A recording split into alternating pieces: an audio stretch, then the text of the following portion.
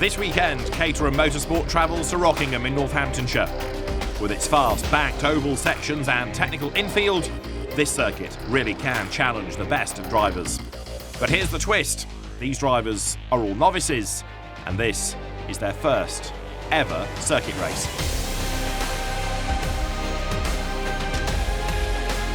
Started in 1995, the Caterham Academy has been the proving ground of many a race driver.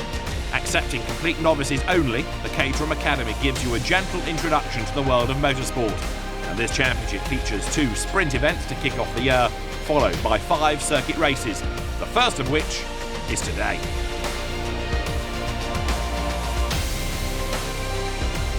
Every year we dedicate more time and more effort to our motorsport grid, and I think it's proven what we're doing is right, because again, we are the largest single make series in the UK. We're still racing with very strong grids in 21 years because we do ARS testing, setup days, testing days, get to know you 7. We handhold them right from the very start. And then of course they do the season of Academy, and we have a very, very good retention rate of those that then want to go on and race in road sports. And that for me tells me we're doing something right. So popular is the Caterham Academy, the organisers have to run 2 groups to fit them all onto the grid. And leading the green group is Stephen Tozer, but only by a modest 2 points. And he must be feeling pretty nervous ahead of his first race. We had some good testing yesterday where, 2 abreast, 3 abreast going through corners, which was good practice, but we're all novices, so this is brand new to us. Over in the white group, the man at the front is Ben Gillius. Now, he had a second and a win in the 2 sprints earlier in the year, and that gives him a whopping 3-point lead coming in to this first race. I think it's going to be really tight if the sprint times are anything to go by. Slender lead in the points, it's also a slender lead in the lap times as well, so should be a good race. There are some very nervous people on the grid as we are set for the first race for the Caterham Academy.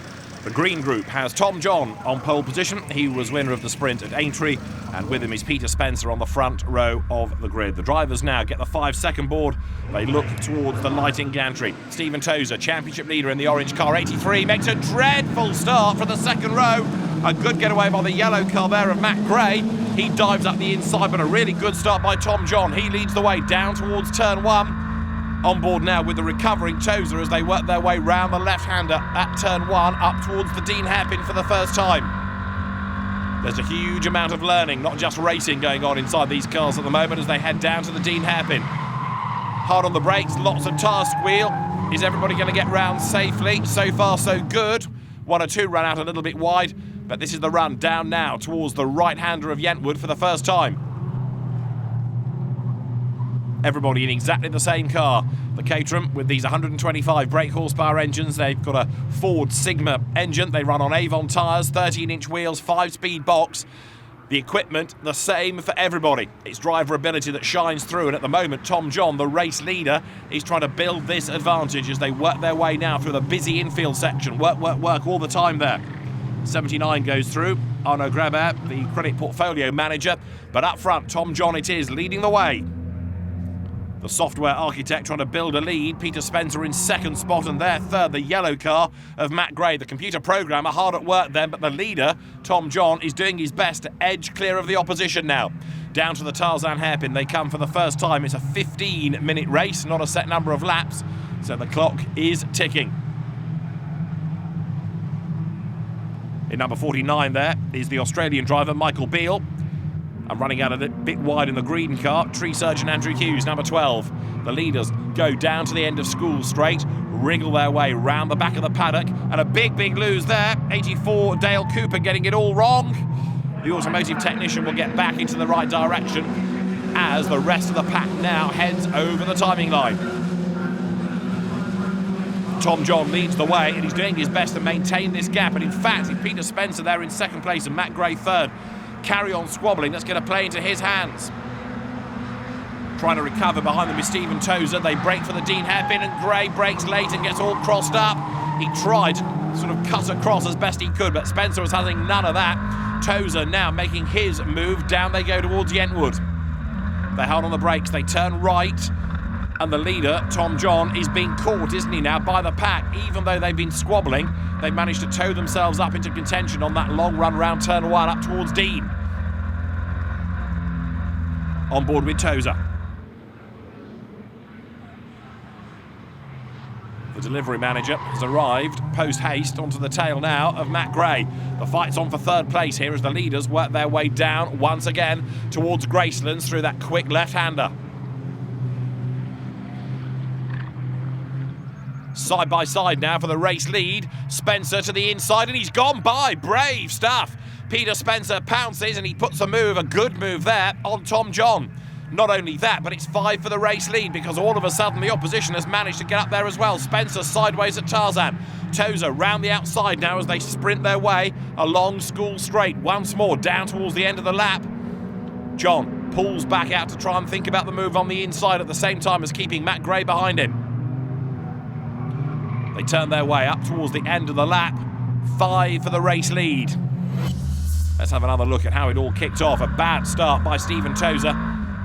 Ahead of him, Peter Spencer didn't exactly get away rapidly either, but Tozer really bogged down. In contrast, Carl Varney made a really good start round the outside here, up through the gears.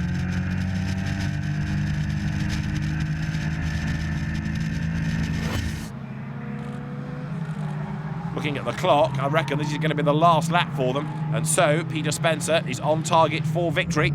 So far in the green group, Tom John and Ian Johnson have been the winners of the 2 sprints.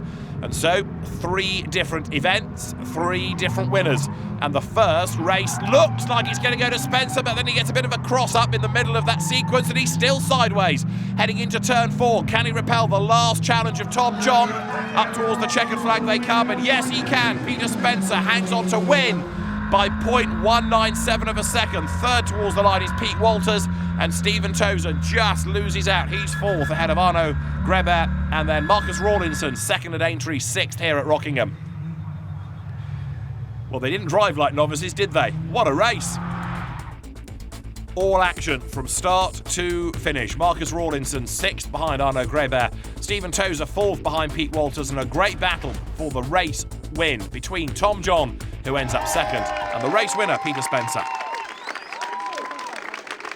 It was all really tight all the way through, fantastic battles. I'd like to say thank you very much to my friend Dan Piper for helping me, Days Garage for the sponsorship, and all my family, all my friends. It's just been fantastic. And the most, I'm buzzing. I've never buzzed this bad before in my life. It's been fantastic. So celebrations for the top 3 drivers here at Rockingham. So they've proved how you do it. The second group will be coming up shortly. It changes the championship situation. Peter Spencer now with a 3-point advantage over Stephen Tozer. Tom John a further point back, and then it's Pete Walters. Another group of nervous racing rookies are good to go. This is the white group in the Caterham Academy, backed this year by City Magazine. And the championship, which is open only to novices, has had 2 sprints already this year. This first race has Ben Gillius, the championship leader, on pole position.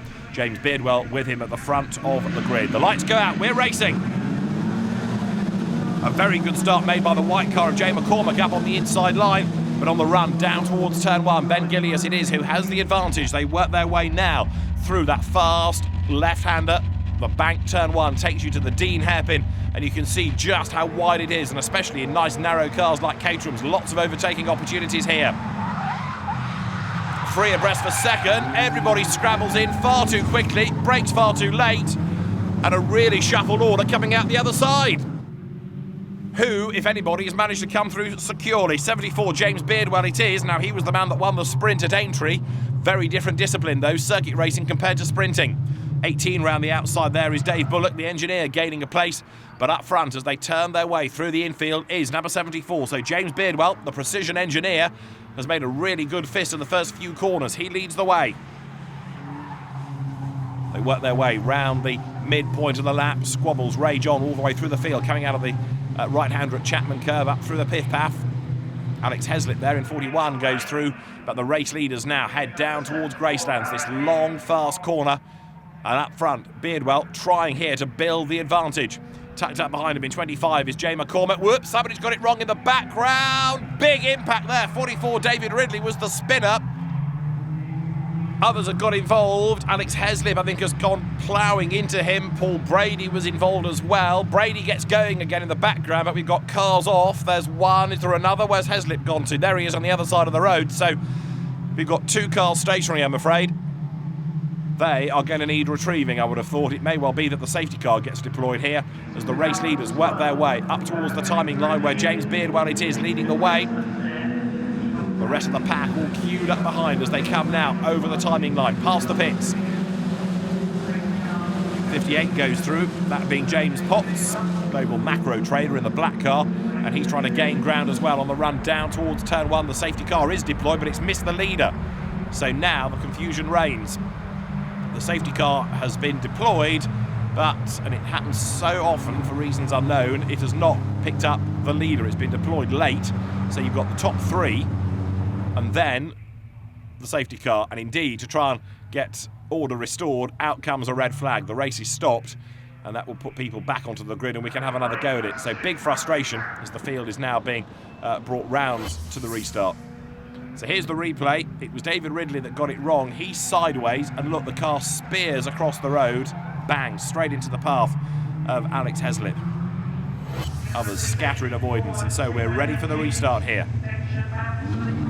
Out go the lights, everybody blasts away. Another good start made by Jay McCormack on the run up towards turn 1, but Ben Gillies in the silver car, the championship leader, makes a really duff start this time. He was quickest of all of them at Kerbera to win the second round, the sprint that was held there, but a tardy getaway here.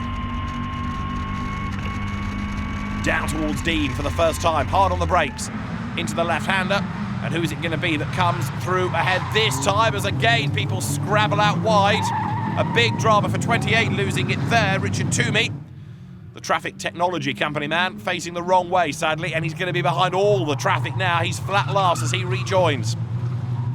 Out of Yentwood they come. Number 10 charging on is Paul Vernon, the former yachting champion and British sailing team member. But up front, as the cars turn their way towards us for the first time, it is, as before, James Beardwell who is leading the way. He's made a very good start for the second time of asking. And he's got the pack behind him now as they work their way up towards the midpoint of the lap. And you can see just how competitive the Academy is. All of these drivers learning all the while.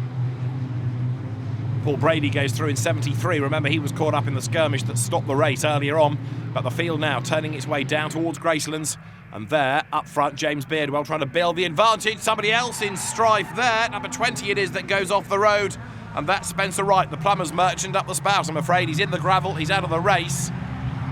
And is that going to be an interruption as well? We'll find out in a moment. Dave Bullock turning his way through Tarzan. There's another spinner there as well. Somebody facing the wrong way. Look, it's all action. The first group, impeccably well behaved. The second group, lively. Let's put it that way. Number 69, Eric Tiv, the company director in the pretty blue and white livery, right on the tail there of James Potts as they turn their way up towards turn 4.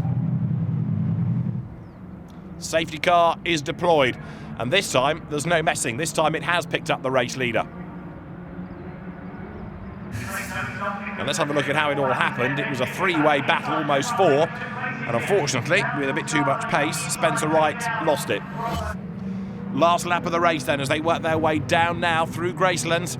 Ben Gillies has sat on the back of that little lead battle. He's chipped himself into contention, and he might yet be able to make a move as they work their way down to Tarzan again. Can't get up the inside there, or can he on the exit? No, not quite. What he really needs is a demon exit coming out of the next little sequence up towards the banking at turn 4. Into the braking zone they go now. Can he dive up the inside? He thinks about it, but it's narrow, this section of the circuit. He's got the inside line. No, he has to back out of it, so McCormack has the advantage again. Third, right back with them is James Beardwell as they make the run up towards the line. The checkered flag is going to be at the ready now, and Jay McCormack is going to come through to score his first ever race win. Ben Gillies second and James Beardwell is third. Another cracking race, and it's Jay McCormack who scores victory, and that was proper Caterham racing action all the way. Racing rookies at Rockingham. Philip Bianchi rounds out the top 6 behind Caroline Everett. James Potts 4th, and James Beardwell's spin puts him 3rd behind Ben Gillies. And first time race winner, a delighted Jay McCormack. Absolutely fantastic. I still don't know how it happened. It's just crazy. The second start was, I felt a bit unfair, but then I did the same again and got up into third, so it's over the moon, absolutely delighted with it. Another great race, and remember, they have never been in a race before. They didn't drive like that. Lots of drama, lots of action. And now, after 2 sprints and a race, Ben Gillies has a 3-point advantage in the championship over James Beardwell. Jay McCormack is the man who's third ahead of Philip Bianchi, with Richard Toomey and Eric Tiv 5th and 6th. And we'll have more from the Academy later in the season.